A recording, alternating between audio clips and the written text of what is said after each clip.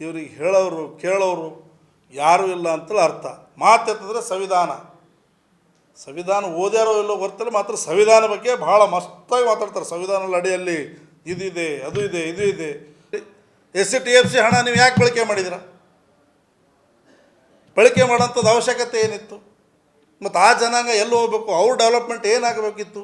ಮತ್ತು ನಿಮ್ಮ ಪಕ್ಷದ ಕೇಂದ್ರದ ನಾಯಕರು, ಪಕ್ಷದ ಅಧ್ಯಕ್ಷರು ಅಟ್ರಾಸಿಟಿ ಕೇಸ್ ಮಾಡ್ತೀವಿ ನಾವು, ಇದೇನಾದರೂ ಹಣ ಬಳಕೆ ಯಾರಾದರೂ ಮಾಡಿದ್ರೆ ಬೇರೆಗೆ ಅಂತೇಳಿ ಹೇಳಿದವರು ನಿಮ್ಮ ಮಾತಿಗೆ ನೀವು ಇದ್ದೀರಾ. ಆದರೆ ಆ ಹಣದ ಬಳಕೆ ಇವತ್ತು ಇವ್ರ ಹತ್ರ ಹಣ ಇಲ್ಲ ಅಂತೇಳಿ ಇವತ್ತು ಬಡವರ, ಇವತ್ತು ಆ ಸಮುದಾಯದ ಹಣವನ್ನು ಸಂಪೂರ್ಣವಾಗಿ ಇವತ್ತು ಈ 5 ಗ್ಯಾರಂಟಿಗಳಿಗೆ ಡೈವರ್ಟ್ ಮಾಡ್ತಾಯಿದ್ದಾರೆ. ಮತ್ತು ಇಷ್ಟು ವರ್ಷದ ಸಾಧನೆ ಸಮಾವೇಶ ಅಂತೇಳಿ ಮಾಡಿದ್ದು ತಾವು ನೋಡಿದಿರಿ, ಹೊಸಪೇಟೆಯಲ್ಲಿ ನಾವು ನೋಡಿದ್ದೀವಿ. ಅದಕ್ಕೆ ಯಾರ್ದಪ್ಪ ಹಣ, ಯಾರ್ದು ದುಡ್ಡು? ಎಷ್ಟೋ ಜನರಿಗೆ ಸಂಗ್ರಹಿಸಿ ಈ ಕಾರ್ಯಕ್ರಮ ಮಾಡೋಕ್ಕೆ ಅದು ನಿಮ್ಮನ್ನು ನೀವು ಹೊಗಳ್ಕೊಬಾರ್ದು, ಜನ ಮಾಡಬೇಕು ಸಮಾವೇಶ. ಇದೇ ಥರ ನೋಡಿದ್ರು ವಾಲ್ಮೀಕಿ ಹಗರಣ ಯಾವ ಥರ ಮಾಡಿದ್ರು? ವಾಲ್ಮೀಕಿ ಹಗರಣ ಮಾಡಿ ಇವತ್ತು ಸಂಪೂರ್ಣವಾಗಿ ನಾಚಿಕೆ ಇಲ್ಲದಂಗೆ ಮತ್ತೆ ಅವ್ರಿಗೆ ಮಂತ್ರಿ ಮಾಡ್ತೀವಿ ಅಂತೇಳಿ ಮುಖ್ಯಮಂತ್ರಿಗಳು ಮಾತಾಡ್ತಾರೆ. ಮಕ್ಕಳಿಗೆ ಆಗ್ತೀವಿ, ಬಡವರ ಮಕ್ಕಳು ಎಲ್ಲಿ ಹೋಗ್ತಾರೆ? ಸರ್ಕಾರಿ ಶಾಲೆಗೆ. ಅಲ್ಲಿ ಬಾತ್ರೂಮ್ ಇರೋದಿಲ್ಲ, ಛತ್ ಲೀಕೇಜ್ ಆಗ್ತಾ ಇರುತ್ತೆ. ಇಂಥಲ್ಲಿ ಸಿಬ್ಬಂದಿ ಬಿಡ್ರಿ, ಇದ್ದಿದ್ದನ್ನು ಕರೆಕ್ಟಾಗಿ ಅವರು ಮೇಂಟೈನು ಕೂಡ ಮಾಡೋದಿಲ್ಲ. ಯಾವುದೇ ಡೋಂಟ್ ಕೇರ್. ತತ್ತಿಯಲ್ಲಿ ಕಮಿಷನ್, ಇವತ್ತು ಫುಡ್ ಸಪ್ಲೈ ಅವ್ರದ್ದು ಏನು ಬರುತ್ತೆ ಅದರಲ್ಲಿ ಕಮಿಷನ್, ಎಲ್ಲ ರೀತಿಯಲ್ಲೂ ಕೂಡ ಇವತ್ತು ಕರಪ್ಷನ್ ಆದರೆ ಮತ್ತು ಸರ್ಕಾರದ ಆಡಳಿತ ಯಾವ ಥರ ವಿಫಲರಾಗ್ತಾ ಇದ್ದಾರೆ. ಮತ್ತು ನಮ್ಮ ಕಲಬುರಗಿ ಜಿಲ್ಲೆ ಅಷ್ಟೇ ಅಲ್ಲ, ಇವತ್ತು ರಾಜ್ಯಕ್ಕೇ ಇವತ್ತು ಸರ್ಕಾರದ ಆಡಳಿತದ ಬಗ್ಗೆ ಏನೇ ನಮ್ಮದು ಮನವರಿಕೆಗಳು ತಮ್ಮ ಮಾಧ್ಯಮ ಮೂಲಕ ನಾನು ಕೆಲವೊಂದು ಮಾತುಗಳನ್ನು ಹೇಳಿದ್ದೀವಿ. ಇವತ್ತಿನ ದಿನ ವಿಶೇಷವಾಗಿ ನಾವು ಏನು ಇಲ್ಲಿ ಯುವಕರಿಗಾಗಿ ಉದ್ಯೋಗ ಮೇಳವನ್ನು ಏನು ಸರ್ಕಾರ ವತಿಯಿಂದ ಆಯೋಜನೆ ಮಾಡಿದ್ರು, ಆ ಒಂದು ಉದ್ಯೋಗ ಮೇಳದಲ್ಲಿ ಸುಮಾರು 10,000 ಮೇಲೆ ಯುವಕರು ಏನಂದರೆ ಭಾಗಿಯಾಗಿದ್ದರು. ಕಲಬುರಗಿ ಜಿಲ್ಲೆಯಲ್ಲಿ ಏನು ಮಾಡಿದ್ರು ಸರ್ಕಾರ ವತಿಯಿಂದ ನಾನು ಹೇಳ್ತಾ ಇದ್ದೀನಿ. ಅದರಲ್ಲಿ ಅನೇಕರಿಗೆ ಇವತ್ತು ಉದ್ಯೋಗ ಸೃಷ್ಟಿ ಮಾಡಿ ನಾವು ಇಷ್ಟು ಜನರಿಗೆ ಉದ್ಯೋಗವನ್ನು ಕೊಟ್ಟಿದ್ದೀವಿ, ಕಲ್ಪಿಸ್ಕೊಟ್ಟಿದ್ದೀವಿ. ಈ ಭಾಗಕ್ಕೆ ಜನರಿಗೆ ನ್ಯಾಯ ಒದಗಿಸಲಿ ನಾವು ನುಡಿದಂತೆ ನಡೆದಿದ್ದೀವಿ ಅಂತೇಳಿ ಸರ್ಕಾರ ಹೇಳಿದರು. ಇವತ್ತು ಯಾವುದೇ ರೀತಿಯಿಂದ ಕೂಡ ಅವರು ನಮ್ಮ ಕರ್ನಾಟಕ ರಾಜ್ಯದಲ್ಲಿ ಇಲ್ಲೇ ಇಲ್ಲ, ಬೇರೆ ಬೇರೆ ರಾಜ್ಯಗಳಿಗೆ ಅವರಿಗೆ ಕಳಿಸ್ತಾ ಇದ್ದಾರೆ. ಅಲ್ಲಿ ಸ್ಯಾಲ್ರಿ ಕೂಡ ಇಲ್ಲಿ ಮಾತಾಡಿದ್ದೊಂದು ಅಲ್ಲಿ ಹೇಳಿದ್ದೊಂದು ಆಗ್ತಾಯಿದೆ. ಅದಕ್ಕೆ ಅವರೆಲ್ಲರೂ ಮತ್ತೆ ಹಿಂತಿರುಗಿ ಬರ್ತಾ ಇದ್ದಾರೆ. ಮತ್ತು ಭಾಳಷ್ಟು ಜನ ಯುವಕರು ನಮಗೆ ಇಲ್ಲೇ ಬೆಂಗಳೂರಲ್ಲೇ ಸಿಗುತ್ತದ ಅಥವಾ ನಮಗೆ ಇಲ್ಲಿ ಪಕ್ಕದ ನಮ್ಮ ತೆಲಂಗಾಣದ ಹೈದರಾಬಾದಲ್ಲಿ ಸಿಗ್ಬೋದು ಅಂತೇಳಿ ಇಲ್ಲಿನ ಜನರಿಗೆ ನಾಶಕರಣದ ರೂಪದಲ್ಲಿ ಇವತ್ತು ಮೂಗಿಗೆ ತುಪ್ಪ ಹಚ್ಚಂತ ಇವತ್ತೇನು ಮಾತು ಕೊಟ್ಟಿದ್ದರು. ಇವತ್ತು ಎಲ್ಲ ಯುವಕರಿಗೆ ಯುವ ನಿಧಿ ಯುವಕರಿಗೇನು ಸೃಷ್ಟಿ ಮಾಡಿದಂಥ ಉದ್ಯೋಗ ಮೇಳ ಸಂಪೂರ್ಣವಾಗಿ ಫ್ಲಾಪ್ ಆಗಿದೆ ಅಂತೇಳಿ ನಾನು ಸರ್ಕಾರ ಇವತ್ತು ತಮ್ಮ ಮಾಧ್ಯಮ ಮೂಲಕ ಹೇಳಲು ಬಯಸ್ತಾ ಇದ್ದೀನಿ. ಕೋಟ್ಯಾಂತರಗಟ್ಟಲೆ ಇವತ್ತು ಹಣ ಅಡ್ವರ್ಟೈಸ್ಮೆಂಟ್ ಮಾಡಿ ಉದ್ಯೋಗ ಮೇಳವನ್ನು ರಚನೆ ಮಾಡಿ ಸುಮ್ಮನೆ ಜನರಿಗೆ ಇವತ್ತು ಮೋಸ ಮಾಡೋಂಥ ಕೆಲಸ ಇವತ್ತು ನಮ್ಮ ಕಲಬುರಗಿ ಜಿಲ್ಲೆಯಲ್ಲಿ ಕೌಶಲ್ಯಾಭಿವೃದ್ಧಿ ಸಚಿವರು ಮತ್ತು ಸರ್ಕಾರ ಮಾಡಿದೆ ಅಂತೇಳಿ ನಾನು ಇವತ್ತು ಹೇಳಲು ಬಯಸ್ತಾ ಇದ್ದೀನಿ. ಯಾಕೆ ಈ ಥರ ಮಾಡ್ತಾಯಿದ್ದೀರಿ? ಮತ್ತು ಅದು ಎಲ್ಲ ಪ್ರೈವೇಟ್ ಕಂಪ್ನಿಗಳು ಉದ್ಯೋಗ ಮೇಳ ಸರ್ಕಾರದವ್ರು ಮಾಡ್ತಾಯಿದ್ದಾರೆ. ಅಂದರೆ ಸರ್ಕಾರಿನ ಅನೇಕ ಕಾರ್ಖಾನೆಗಳಲ್ಲಿ ಇವತ್ತು ನಮಗೆ ಉದ್ಯೋಗ ಸಿಗಬೇಕಾಗಿತ್ತು ಅಂತೇಳಿ ನಿರೀಕ್ಷೆ ಇತ್ತು ಜನರದು.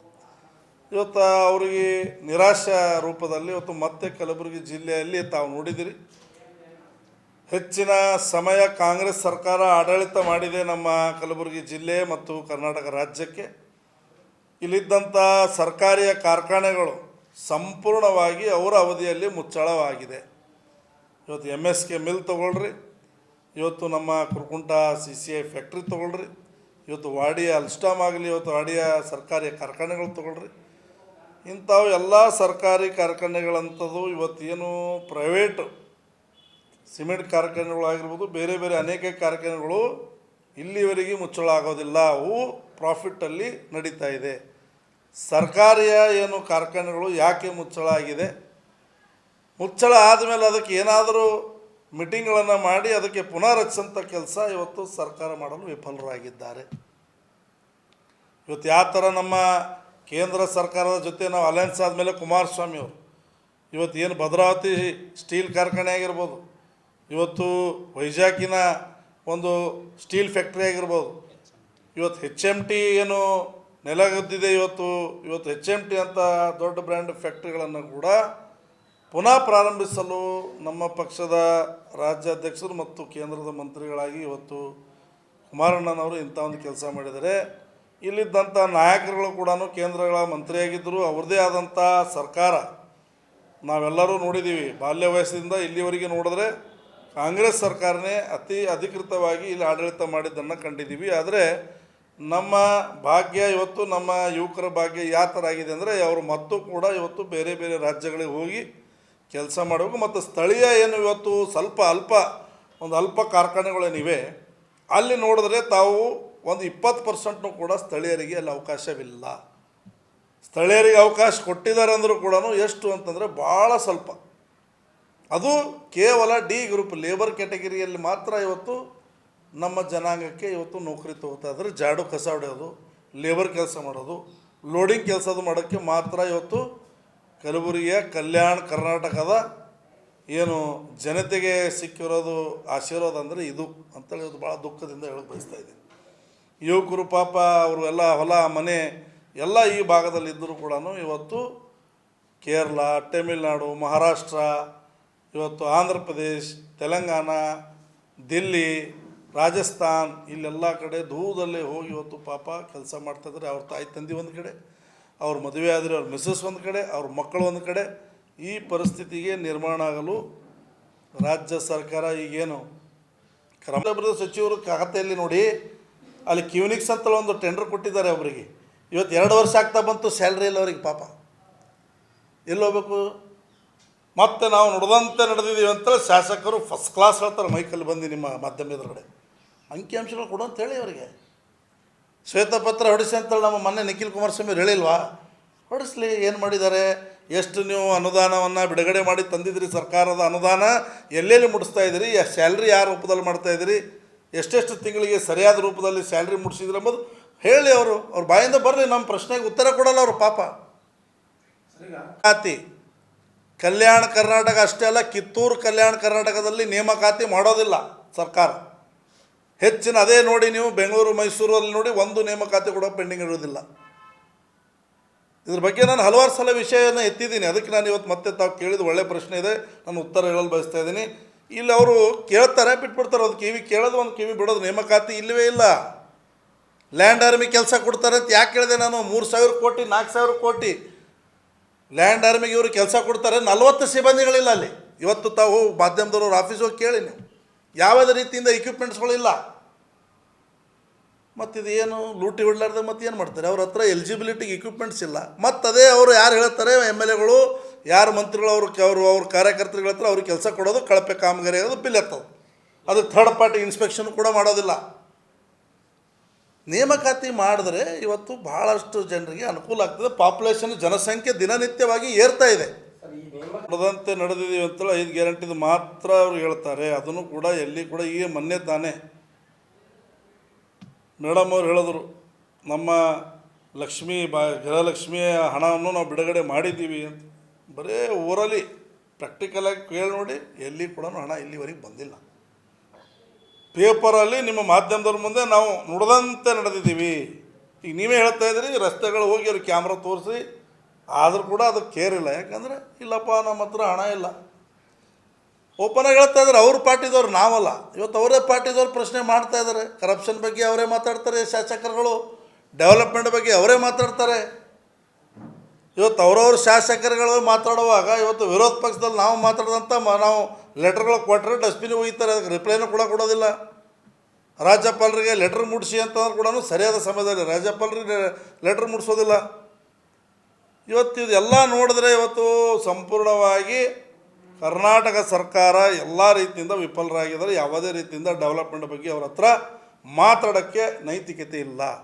ಅದಕ್ಕೆ ಸರ್ಕಾರ ಕೂಡಲೇ ಇದ್ರ ಬಗ್ಗೆ ಇನ್ನಾದರೂ ಕೂಡ ಸುಧಾರಣೆ ಮಾಡ್ಕೊಂಡು ಅವರೇನಾದರೂ ಇಂಥವೆಲ್ಲ ಡೆವಲಪ್ಮೆಂಟ್ ಆ್ಯಕ್ಟಿವಿಟೀಸು, ರೋಡು, ಇವತ್ತು ಆಸ್ಪತ್ರೆ, ಇವತ್ತು ನೇಮಕಾತಿ, ಇವತ್ತು ಶಿಕ್ಷಣ, ಇವೆಲ್ಲ ಮೂಲಭೂತ ಸೌಲಭ್ಯಗಳು ಇವತ್ತು ಏನು ನಮ್ಮ ಜನತೆಗೆ ಬೇಕಾಗಿದೆ ಅವು ಕೆಲಸಗಳನ್ನು ನಿಷ್ಪಾಕವಾಗಿ ಕೆಲಸ ಮಾಡಿದ್ರೆ ಮಾತ್ರ ಈ ಸರ್ಕಾರಕ್ಕೆ ಏನಾದರೂ ಘನತೆ ಗೌರವ ಸ್ವಲ್ಪ ಉಳಿಯುತ್ತೆ. ಈಗಾಗಲೇ ಕಳ್ಕೊಂಡ್ಬಿಟ್ಟಿದೆ. ಅದಕ್ಕೆ ಅವರು ಚುನಾವಣೆನೂ ಕೂಡ ಮಾಡ್ತಾಯಿಲ್ಲ. ನಾವು ನೋಡ್ತಾ ಇದ್ರಿ ಜಿಲ್ಲಾ ಪಂಚಾಯತ್, ತಾಲೂಕ್ ಪಂಚಾಯತ್ ಯಾಕೆ ಮಾಡ್ತಾಯಿಲ್ಲ ಅಂದರೆ ಹಿಂದೆ BJP ಮಾಡಿಲ್ಲ, ಅದಕ್ಕೆ ನಾವು ಮಾಡ್ತಾಯಿಲ್ಲ ಅಂತ ಹೇಳ್ತಾರೆ. ಅರೆ BJP ಮಾಡಿಲ್ಲ ಅಂತೇಳಿ ಅವರು ಮೂಲೆಗೆ ಕುಡಿಸ್ಯಾರಪ್ಪ. ನಿಮಗೆ ಗೆಲ್ಲಿಸಿದ್ದಾರೆ ಜನ, ನೀವು ಗೆದ್ದಂಥವ್ರು. ನೀವು ಇವತ್ತು ಚುನಾವಣೆ ಮಾಡಲ್ಲ ಅಂತಂದಮೇಲೆ ಪ್ರಜಾಪ್ರಭುತ್ವದ ಬಗ್ಗೆ ಮಾತಾಡೋಂಥ ನೈತಿಕತೆ ನಿಮಗಿದೆಯಾ? ಕೋರ್ಟ್ ನಿಮಗೆ ಪೆನಾಲ್ಟಿ ಹಾಕಿದೆ, ಛೀಮಾರಿ ಹಾಕಿದೆ, ಆದರೂ ಕೂಡ ತಮ್ಮಲ್ಲಿ ನೈತಿಕತೆಯನ್ನು ಇಲ್ಲ. ಇವತ್ತು ಜಿಲ್ಲಾ ಪಂಚಾಯತ್, ತಾಲೂಕ್ ಪಂಚಾಯತ್ ಚುನಾವಣೆಗೆ ನೀವು ಯಾಕೆ ಇವತ್ತು ಮುಂದಾಗ್ತಾಯಿಲ್ಲ, ಯಾಕೆ ಮಾಡೋಕ್ಕೆ ಕೊಡ್ತಾಯಿಲ್ಲ ಹೇಳಿ, ಉತ್ತರ ಕೊಡಲಿ, ಅವರೇ ಕೊಡಲಿ, ಅವ್ರ ಪಕ್ಷದವರು ಎಲ್ಲ ಕೊಡಲಿ. ಯಾಕಂದ್ರೆ ನೋಡಿರಿ, ಒಂದು ಸಲ ಸಂವಿಧಾನದ ಅಡಿಯಲ್ಲಿ ಇವೆಲ್ಲ ಚುನಾವಣೆಗಳು ಆದಾಗ ಮಾತ್ರ ಎಲ್ಲ ಅಧಿಕಾರಿಗಳಿಗೆ ಹೆದರಿಕೆ ಇರುತ್ತೆ. ಇಲ್ಲಾದರೆ ಇಲ್ಲಿ ಏನಾದರೂ ಜಿಲ್ಲಾ ಪಂಚಾಯತ್ ವ್ಯಾಪ್ತಿಯಲ್ಲಿ ಏನೇ ಒಂದು ಪ್ರಾಬ್ಲಮ್ ಆದರೆ ಏನು ಬೆಂಗಳೂರು ಹೋಗೋಕ್ಕಾಗತ್ತಾ? ವಿಧಾನಸಭೆ ಹೋಗಿ ಕಿಸಿಂದ್ರೆ ಎಲ್ಲರೂ ಚರ್ಚೆ ಮಾಡೋಕ್ಕಾಗತ್ತಾ? ಅಲ್ಲಿ ಹೋಗಿ ಏನಾದರೂ ಧ್ವನಿ ಎತ್ತಕ್ಕಾಗತ್ತಾ? ಅದಕ್ಕೆ ಜಿಲ್ಲಾ ಪಂಚಾಯತು, ತಾಲೂಕ್ ಪಂಚಾಯತು ಇವೆಲ್ಲ ಚುನಾವಣೆಗಳನ್ನು ಮಾಡಿದ್ರೆ ಅಧಿಕಾರಿಗಳಿಗೆ ಕೇಳೋರು ಹೇಳೋರು ಒಂದು ಅವ್ರದ್ದೇ ಆದಂಥ ಬಜೆಟು ಇತಿಮಿತಿ ಎಲ್ಲ ಇರ್ತದೆ. ಇವತ್ತು 5-6 ವರ್ಷ ಆದರೂ ಕೂಡ ಚುನಾವಣೆ ಆಗ್ತಾಯಿಲ್ಲ. ಸರ್ಕಾರ ಇವತ್ತು ಪೆನಾಲ್ಟಿ ಹಾಕಿದೆ, ಛೀಮಾರಿ ಹಾಕಿದೆ ಅಂದರೂ ಕೂಡ ಇಲ್ಲಾಂದರೆ ಎಷ್ಟರ ಮಟ್ಟಿಗೆ ನಿರ್ಲಜ್ಜತದಿಂದ ಈ ಸರ್ಕಾರ ನಡೆಸ್ತಾ ಇದ್ದಾರೆ ನಮ್ಮ ಕರ್ನಾಟಕದಲ್ಲಿ ಅಂತೇಳಿ ತಾವು ಅರ್ಥ ಮಾಡ್ಕೊಂಡು ಸರಿ ಕೂಡ ಮಾಡಿಲ್ಲ. ಚಂದ್ರಕಾಂತ್ ಪಾಟೀಲ್ ಏನು ಕ್ರೀಡಾಂಗ ಇದೆ ಅದನ್ನು ಕೂಡ ಇವತ್ತು ಮೇಂಟೆನೆನ್ಸ್ ರೂಪದಲ್ಲಿಲ್ಲ. ಇಂಥ ಹಲವಾರು ವಿಚಾರಗಳು ಇವತ್ತು ಕಲಬುರಗಿ ಅಭಿವೃದ್ಧಿಗಳ ಬಗ್ಗೆ ಮಾತಾಡಬೇಕು. ಇವತ್ತು ನಿಮ್ಮ ಖಾತೆಗಳಲ್ಲಿ ಇವತ್ತು ಏನೇನು ಇವತ್ತು ಡೆವಲಪ್ಮೆಂಟ್ ಮಾಡಿದರೆ ಅದ್ರ ಬಗ್ಗೆ ಕುಲಾಂಕಷಿತವಾಗಿ ಜನರ ಮುಂದೆ ತಾವು ಇಡಬೇಕಂತೇಳಿ ನಾನು ಇವತ್ತಿನ ದಿನ ತಮ್ಮ ಮಾಧ್ಯಮ ಮೂಲಕ ಹೇಳಲು ಬಯಸ್ತಾ ಇದ್ದೀನಿ. ಇವತ್ತು ಕೇವಲ ಇವೆಲ್ಲ ರಾಜಕೀಯ ಮಾತುಗಳನ್ನು ಬಿಟ್ಟು ಅವ್ರ ಅವಧಿಯಲ್ಲಿ ಏನು ಮಾಡಿದ್ರು, ಇವ್ರ ಅವಧಿಯಲ್ಲಿ ಏನು ಮಾಡಿದ್ರು, ಇದು RSS ಕಚೇರಿ, ಇದು ನಿಮ್ಮ ಮೈನಾರಿಟಿ ಕಚೇರಿ, ಇವೆಲ್ಲ ಬೇಡ. ನಮ್ಮ ಕಲಬುರಗಿ ಜಿಲ್ಲೆ ಅಷ್ಟೇ ಅಲ್ಲ, ಇವತ್ತು ಕರ್ನಾಟಕಕ್ಕೆ ಸರ್ಕಾರ ವತಿಯಿಂದ ಏನೆಲ್ಲ ಒಳ್ಳೆಯ ಸ್ಕೀಮ್ಗಳನ್ನು ಕೊಟ್ಟಿದ್ದೀರಿ ಅದ್ರ ಬಗ್ಗೆ ಸ್ಪಷ್ಟನೆ ಕೊಡಿ. ಮತ್ತು ಅದರ ಜೊತೆಯಾಗಿ ನಮ್ಮಲ್ಲಿ ಬಂದಿದ್ದಂಥ ಕಾರ್ಖಾನೆಗಳು ಜಮೀನನ್ನು ಮಾರಾಟ ಮಾಡಿದ್ದೀರಿ. MS ಕೆಮಿಲ್ ಅಂತ ಒಂದು ದೊಡ್ಡ ಕಾರ್ಖಾನೆ ಇತ್ತು, ಇವತ್ತು ಅದು ಸಂಪೂರ್ಣವಾಗಿ ಮಾರಾಟ ಆಗಿ ಹೋಗಿದೆ. ಮುಂದೆ ಇವತ್ತು ಸರ್ಕಾರ ಮತ್ತು ಕೇಂದ್ರ ಸರ್ಕಾರ ಅಭಿವೃದ್ಧಿಯ ವಿಚಾರದಲ್ಲಿ ಇವತ್ತು ಫರ್ತಾಬಾದ್ ಹಾದಿಯಲ್ಲಿ ಎಷ್ಟೋ ಲ್ಯಾಂಡನ್ನು ಎಕ್ವೈರ್ ಮಾಡಿದ್ರಿ. ಅದು ಶೀಘ್ರದಲ್ಲೇ ಪ್ರಾರಂಭಿಸಲು ಈ ಎರಡೂ ಕೇಂದ್ರ ಮತ್ತು ರಾಜ್ಯ ಸರ್ಕಾರ ಕೈ ಜೋಡಿಸಿ ಇಲ್ಲಿನ ಯುವಕರಿಗೆ ಕೆಲಸ ಕೊಡಿಸೋಂಥ ಪ್ರಾಮಾಣಿಕ ಪ್ರಯತ್ನ ಮಾಡಬೇಕು. ಅದ್ರ ಬಗ್ಗೆ ಹೋರಾಟ ಇರಬೇಕು. ಅದ್ರ ಬಗ್ಗೆ ಮಾತುಗಳನ್ನು ಮಾನ್ಯ ಸಚಿವರಾಗಲಿ, ಸರ್ಕಾರವರಾಗಲಿ ಮತ್ತು ಇಲ್ಲಿದ್ದಂಥ ಹೋರಾಟಗಾರರಲ್ಲಿ ಇರಬೇಕಂತ ನನ್ನ ಒಂದು ಕಳಕಳಿ ಮನವಿ ಇದೆ.